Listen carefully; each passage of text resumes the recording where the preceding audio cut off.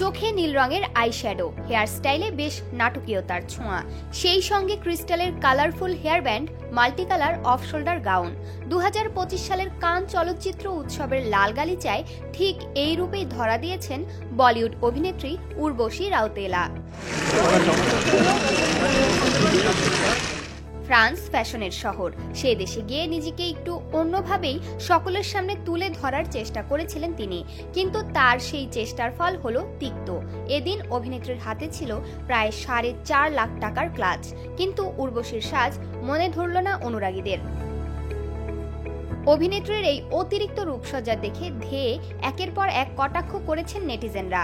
কেউ লিখেছেন জঘন্য সাজ, কেউ আবার লিখেছেন উর্বশীকে এড়িয়ে যাওয়াই ভালো হবে, অনেকে আবার এআই বলে বিদ্রূপও করেন। প্রসঙ্গত, কান চলচ্চিত্র উৎসব হল বিশ্বের অন্যতম মর্যাদাপূর্ণ ও জনপ্রিয় আন্তর্জাতিক চলচ্চিত্র উৎসব। এটি প্রতি বছর মে মাসে ফ্রান্সের কান শহরে অনুষ্ঠিত হয়। উৎসবটি 1946 সালে শুরু হয় এবং তখন থেকেই এটি বিশ্ব চলচ্চিত্রের জন্য এক গুরুত্বপূর্ণ প্ল্যাটফর্ম হিসেবে বিবেচিত হয়ে আসছে। এই উৎসবে বিভিন্ন দেশের চলচ্চিত্র প্রদর্শিত হয় এবং প্রতিযোগিতার মাধ্যমে সেরা চলচ্চিত্র, পরিচালক, অভিনেতা, অভিনেত্রীদের পুরস্কৃত করা হয়। 13 মে থেকে শুরু হয়েছে এ উৎসব, যা আগামী 10 দিন চলবে।